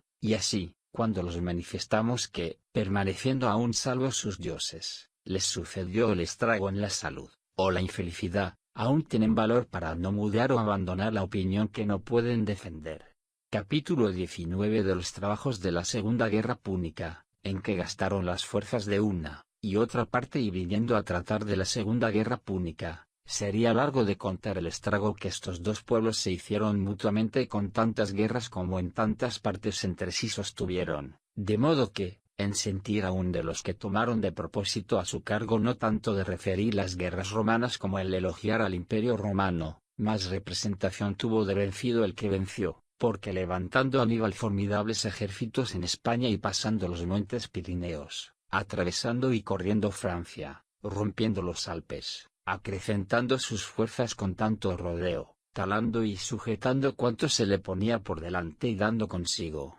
como una impetuosa e imprevista avenida, en el centro de Italia, cuán sangrienta se hizo la guerra, qué de reencuentros y choques hubo, qué de veces fueron vencidos los romanos, qué de pueblos se humillaron y rindieron al enemigo, cuántos de estos fueron entrados a fuerza de armas y saqueados, cuán crueles y horribles batallas se dieron, y muchas veces con gloria de Aníbal y ruina y desdoro de los romanos. ¿Qué diré, pues, de aquella derrota horrible digna de admiración, padecida en Cannas, donde Aníbal, no obstante ser cruel, con todo, saciado ya de la sangre de sus enemigos, dice que mandó a sus soldados que los perdonasen las vidas, enviando ahí a Cartago 3 felemines de anillos de oro, para dar a entender que en el combate había dado muerte a tantos individuos de la nobleza romana, que más fácilmente se pudieron medir que contar, y asimismo para que se conjeturase el estrago del ejército que murió sin anillos, que sería, sin duda, tanto más numeroso cuanto más débil. Finalmente, después de esta batalla sobrevino tan notable falta de gente para la guerra, que los romanos se reemplazaban y echaban mano de hombres facinerosos, ofreciéndoles el perdón de sus crímenes, dando también libertad a los esclavos, y, con todos no tanto suplieron cuanto formaron un vergonzoso ejército. Estos esclavos, pero no agravemos a los ya libertos, que habían de pelear por la república, faltándoles las armas ofensivas y defensivas, se vieron precisados a tomarlas de los templos, como si dijeran los romanos a sus dioses, dejad lo que tanto tiempo habéis tenido en vano, por si acaso nuestros esclavos pueden hacer algo de provecho con lo que vosotros, siendo nuestros dioses, no habéis podido emprender acción alguna heroica. Entonces, estando exhaustos igualmente el erario público para pagar el sueldo del ejército, vinieron las haciendas de los particulares a servir al beneficio común en tanto grado, que dando todos los ciudadanos cuanto poseían, el mismo Senado no se reservó alhaja alguna de oro, a excepción de varios anillos y joyeles, insignias miserables de su dignidad, y así toda la gente, de las demás clases y tribus. ¿Quién pudiera tolerar a estos si en nuestros tiempos vinieran a esta necesidad, apenas pudiéndoles sufrir ahora, cuando por un superfluo deleite dan más a los cómicos que entonces dieron a las legiones por el servicio de salvar la república de un peligro extremo? Capítulo 20 de la destrucción de los saguntinos, a los cuales, muriendo por conservar la amistad de los romanos, no les socorrían los dioses de los romanos. Pero entre todas las calamidades que sucedieron en la Segunda Guerra Púnica, ninguna hubo más lastimosa ni más digna de compasión y justa queja. Porque esta ciudad de España, por ser amiga y confederada del pueblo romano, y por observar constantemente su asusta, fue destruida, y de esta conquista quebrantando la paz con los romanos, tomó ocasión Aníbal para irritarlos y obligarlos a la guerra. Cercó, pues, bárbaramente a Sagunto, lo cual, sabido en Roma, enviaron sus embajadores a Aníbal para que levantase el sitio, y, no haciendo caso de sus ruegos, marcharon a Cartago, donde, querellándose de la infracción de la paz y sin concluir cosa alguna, volvieron a Roma. Mientras andabas en estas dilaciones, la infeliz Sagunto, ciudad opulentísima y aliada de la República Romana, fue destruida por los cartagineses al cabo de 8 o 9 meses de cerco, cuya ruina causa horror al leerlo, cuanto más al escribir cómo aconteció. Sin embargo, la referiré brevemente, porque interesa el asunto que tratamos. Primeramente se fue consumiendo por el hambre, pues aseguran que al nos comieron los cuerpos muertos de sus mismos compatriotas. Después, reducida al mayor extremo con la penuria y escasez de todas las cosas necesarias a la vida y a su propia defensa, por no verse aún cautiva en manos de Aníbal, formó en la plaza pública una grande hoguera, y, degollando a todos sus amados hijos y parientes y demás ciudadanos, se arrojaron todos en ella.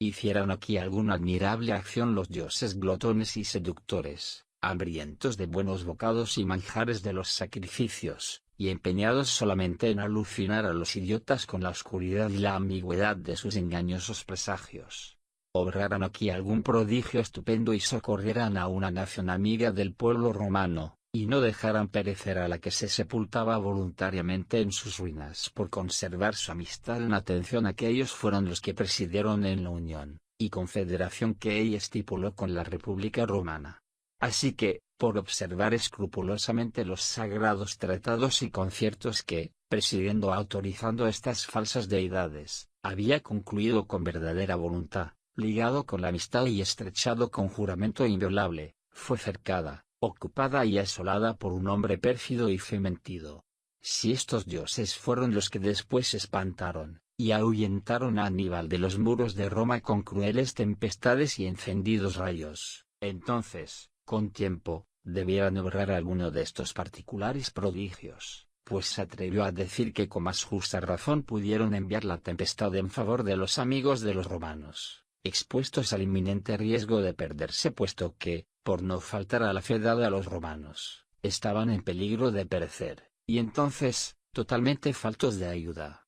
que en favor de los mismos romanos, que peleaban y corrían riesgo por sí, y contra Aníbal teman en sí mismos bastante auxilio. Luego, si fueran tutores y defensores de la felicidad y gloria de Roma, debieran haberla librado de una culpa tan grave como fue la ruina de Sagunto. Pero ahora consideremos cuán neciamente creen que no se perdió Roma por la defensa de estos dioses cuando andaba victorioso Aníbal, si vemos que no pudieron socorrer a la ciudad de Sagunto para que no se perdiese por guardar a Roma su amistad. Si el pueblo de Sagunto fuera cristiano, y padeciera algún infortunio como este por la fe evangélica, aunque no se hubiera él profanado a sí mismo, matándose a fuego y sangre, y si padeciera su destrucción por la fe evangélica, la sufriría con aquella esperanza que creyó en Jesucristo, y gozaría del premio y galardón, no de un brevísimo tiempo, sino de una eternidad sin fin. Pero en favor de estos dioses, los cuales dicen que por eso deben ser adorados y por eso se buscan para adorarlos,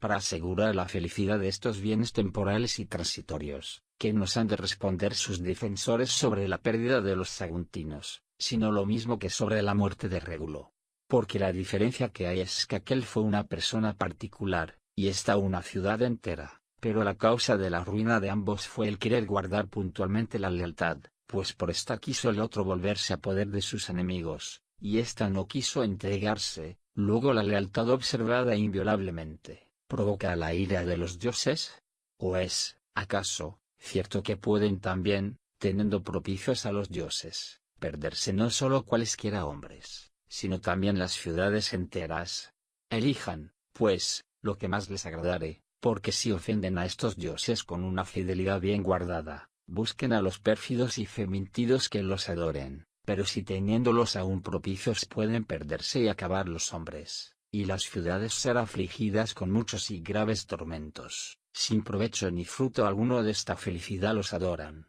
Dejen, pues, de enojarse los que entienden y creen que ha causado su desgracia el haber perdido los templos y sacrificios de estos dioses, porque pudieran, no solo sin haberlos perdido, sino teniéndolos aún de su parte propicios y favorables, no como ahora, quejarse de su infortunio y miseria, sino, como entonces Régulo y los saguntinos, perderse y perecer también del todo con horribles calamidades y tormentos. Capítulo 21 de la ingratitud que usó Roma con Escipión, su libertador, y las costumbres que hubo en ella, cuando cuenta Salustio que era muy bueno. Además de esto, en el tiempo que medió entre la segunda y última guerra púnica, cuando dice Salustio que vivieron los romanos con costumbres muy buenas y mucha concordia, porque varias acciones omito atendiendo a ser breve en esta obra. En este tiempo, pues, de tan buenas costumbres y tanta concordia, aquel Escipión que libró a Roma y a Italia, que acabó tan honrosamente la segunda guerra púnica, tan horrible, tan sangrienta y tan peligrosa, aquel vencedor de Aníbal, domador de Cartago, aquel cuya vida se refiere que desde su juventud fue encomendada a los dioses y criada en los templos, cedió a las acusaciones de sus enemigos, y desterrado de su patria, a quien había dado la vida y libertad con su valor,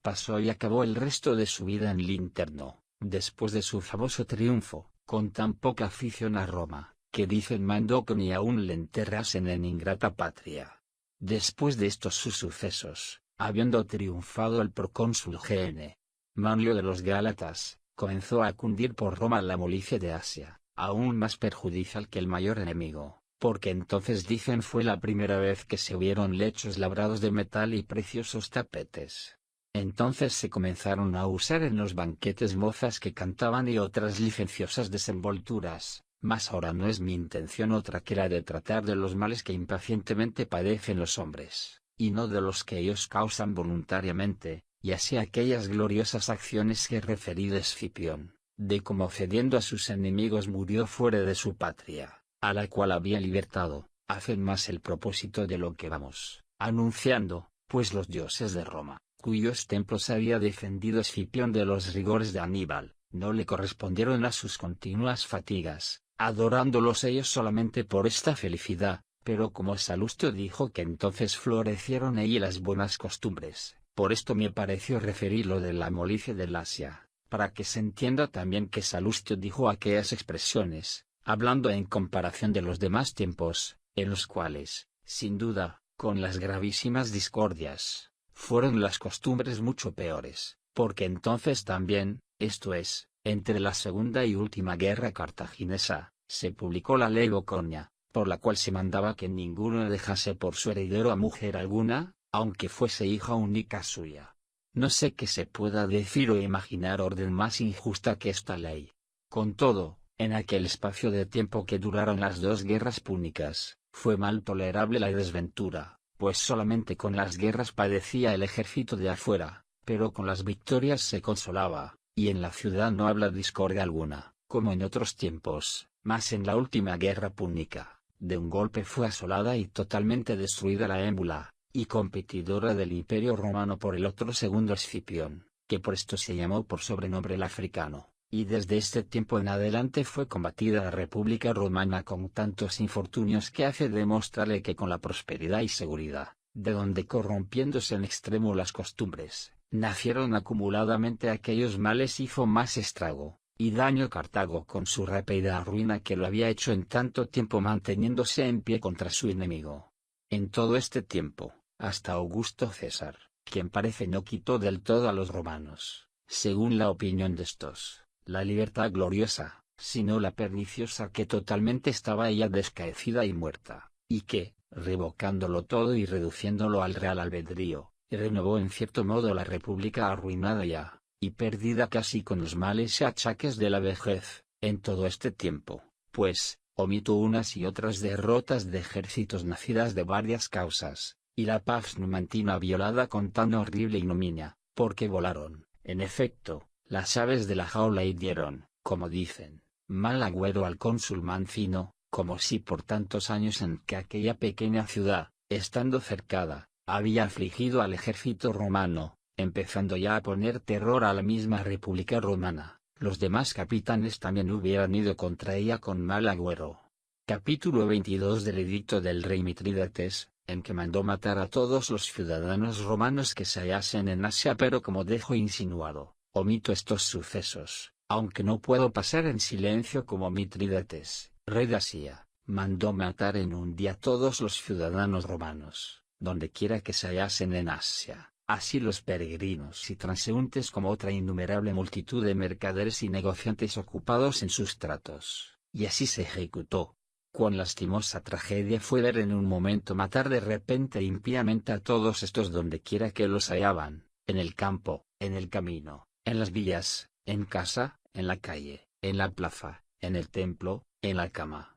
en la mesa. Qué de gemidos habría de los que morían, qué de lágrimas de los que veían esta catástrofe, y acaso también de los mismos que los mataban. Cuán dura fuerzas hacía a los huéspedes, no solo en haber de examinar con sus propios ojos, y en sus casas, aquellas desgraciadas muertes, sino también en haber de ejecutarlas por sí mismos, trocando repentinamente el semblante apacible y humano para ejecutar en tiempo de tranquila paz un crimen tan horrendo, matándose de un golpe, por decirlo así, lo mismo los matadores como los muertos, pues si el uno recibía la muerte en el cuerpo, el otro la recibía en el alma. ¿Acaso todos estos no habían apreciado a sí mismos los agüeros? ¿No tenían dioses domésticos y públicos a quienes pudieran consultar cuando partieron de sus tierras a aquella infeliz peregrinación? Y, si esto es cierto, No tienen los incrédulos en este punto de qué quejarse de nuestros tiempos, pues hace tiempo que los romanos no se ocupan de estas vanidades, mas si acaso los consultaron, digamos, ¿de qué les aprovecharon semejantes cosas, cuando por solas las leyes humanas, sin que nadie lo prohibiese, fueron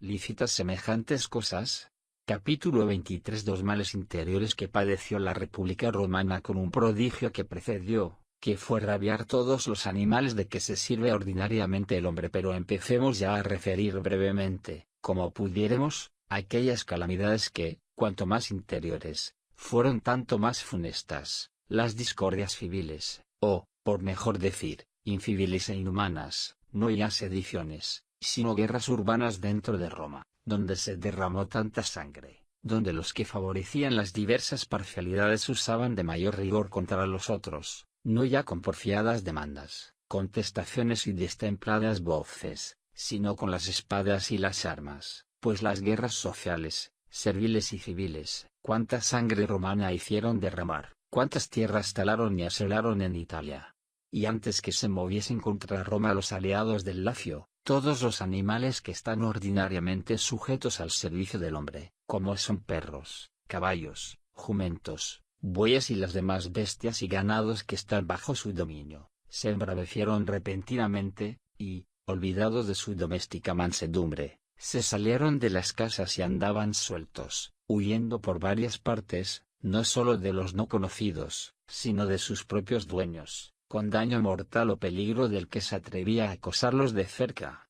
Y si esto fue solamente un presagio, que de suyo fue un mal tan enorme, cuán grande fatalidad fue aquella que vaticinó. Si igual desgracia sucediera en nuestros tiempos, sin duda que sentiríamos a los incrédulos aún más rabiosos que los otros a sus animales. Capítulo 24. De la discordia civil causada por las sediciones de los gracos. La causa que motivó las guerras civiles fueron las sediciones de los gracos, nacidas de la promulgación de las leyes agrarias sobre el repartimiento de los campos, por las que se mandaba a distribuir entre el pueblo las heredades que los nobles poseían con injusto título. Pero el querer remediar una injusticia tan inveterada fue proyecto muy arriesgado, o, por mejor decir, como enseñó la experiencia, muy pernicioso. ¿Qué de muertes sucedieron cuando asesinaron al primer graco, y cuántas hubo, pasado algún tiempo, cuando quitaron la vida al otro hermano? A los nobles y plebeyos los mataban los ministros de justicia, no conforme a lo que dictaban las leyes y procediendo contra ellos jurídicamente, sino en movimientos sediciosos y pendencias, combatiéndose mutuamente con las armas.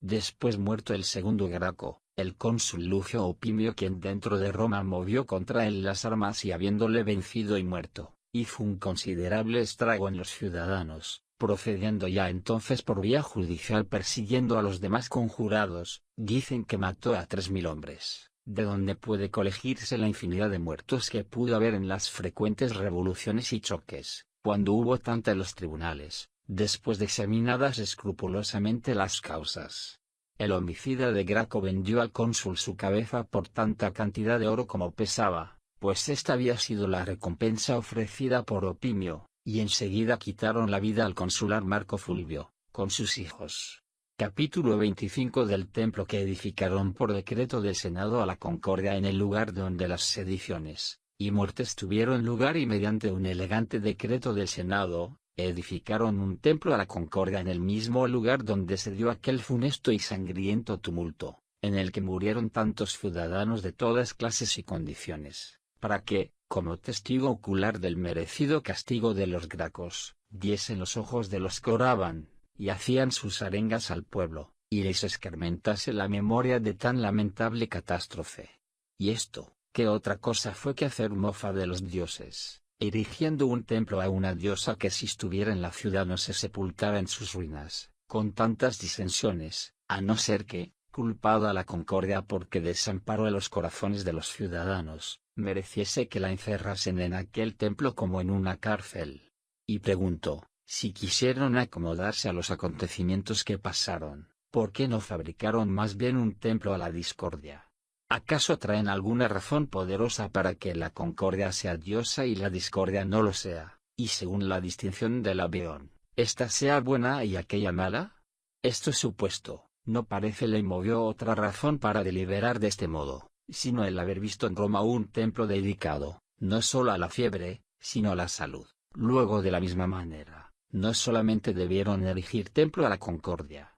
sino también a la discordia. Así que en gran peligro quisieron vivir los romanos teniendo enojada a una diosa tan mala, sin acordarse de la destrucción de Troya, que tuvo su principio en haberla ofendido, porque ella fue la que, por no haber sido convidada entre los dioses, trazó la competencia de las tres diosas con la manzana de oro, de donde nació la independencia de estas, la victoria de Venus, el robo de Helena y la destrucción de Troya, por lo cual, si acaso irritada porque no mereció tener en Roma templo alguno entre los dioses, turbada hasta entonces con tan grandes alborotos la ciudad, cuanto más furiosamente se pudo enojar viendo en el lugar de aquella horrible matanza, esto es, en el lugar de sus hazañas, edificado un templo a su enemiga. Cuando nos reímos de estas vanidades se indignan y enojan estos doctos sabios, y con todo, ellos, que adoran a los dioses buenos y malos, no pueden soltar esta dificultad de la concordia y discordia, ya se olvidasen de estas diosas, y antepusiesen a ellas las diosas Fiebre y Belona, a quienes construyeron templos en lo antiguo, y ya también las adorasen a ellas, pues desamparándolos así, la concordia, la feroz discordia los condujo hasta meterlos en las guerras civiles. Capítulo 26 de las diversas suertes de guerras que se siguieron después que edificaron el templo de la concordia. Curioso baluarte contra las sediciones fue poner a los ojos de los que hablaban al pueblo el templo de la concordia por testigo, memoria de la muerte y castigo de los gracos. La utilidad que de esto sacaron lo manifiesta el fatal suceso de las calamidades que se siguieron, pues desde entonces procuraron los que hablaban no separarse del ejemplo de los gracos, antes salir con lo que ellos pretendieron, como fueron Lucio Saturnino, tribuno del pueblo, y Gayo Servilio, pretor, y mucho después Marco Druso, de cuyas sediciones y alborotos resultaron primeramente infinitas muertes, encendiéndose después el fuego de las guerras sociales, con las cuales padeció mucho Italia, llegando a sufrir una infeliz desolación y destrucción. Enseguida acaeció la guerra de los esclavos y las guerras civiles, en las cuales hubo reñidos encuentros y batallas, derramándose mucha sangre, de manera que casi todas las gentes de Italia, en que principalmente consistía la fuerza del Imperio Romano, fueron domadas con una fiera barbarie. Tuvo principio la guerra de los esclavos de un corto número, esto es, de menos que de 70 gladiadores, pero, a cuán crecido número, fuerte, feroz y bravo llegó, que de generales romanos venció aquel limitado ejército, que de provincias y ciudades destruyó. En fin, fueron tantas, que apenas lo pudieron declarar circunstanciadamente los que escribieron la historia. Y no solo hubo esta guerra de los esclavos, sino que también antes de ella, gentes viles y de baja condición talaron la provincia de Macedonia, y después Sicilia y toda la costa del mar, y, ¿quién podrá referir conforme a su grandeza cuán grandes y horrendos fueron al principio los latrocinios, y cuán poderosa fue la guerra de los corsarios que vino después?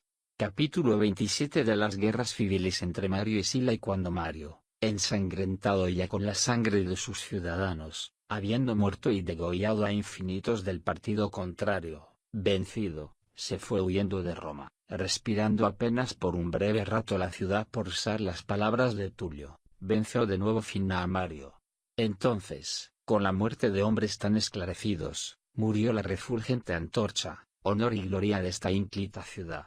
Vengó después Sila la crueldad de esta victoria, y no es menester referir con cuánta pérdida de ciudadanos, y con cuánto daño de la república fue, porque de esta venganza, que fue más perniciosa que si los delitos que se castigaban quedaran sin castigo, dice también Lucano, fue peor el remedio que la enfermedad, y profundizó demasiado la mano por donde cundía el mal. Perecieron los culpados, mas en un tiempo en que solamente quedaban los culpables, y en esta lastimosa situación se dio libertad a los odios, corrió presurosamente la ira y el rencor, sin miedo al freno de las leyes. En esta guerra de Mario y Sila, además de los que murieron fuera, en los combates, también dentro de Roma se llenaron de muertos las calles, plazas, teatros y templos, de modo que apenas se pudiera imaginar cuando los vencedores hicieron mayor matanza, si cuando vencían, o después de haber vencido, pues en la victoria de Mario, cuando volvió del destierro, además de las muertes que se hicieron a cada paso por todas partes, la cabeza del cónsul Octavio se puso en la tribuna, degollaron en sus mismas casas a César y a Fimbria, hicieron pedazos a los Crasos, padre e hijo, al uno en presencia del otro, Bebio y Numitor perecieron arrastrados con unos garfios, derramando por el suelo sus entrañas.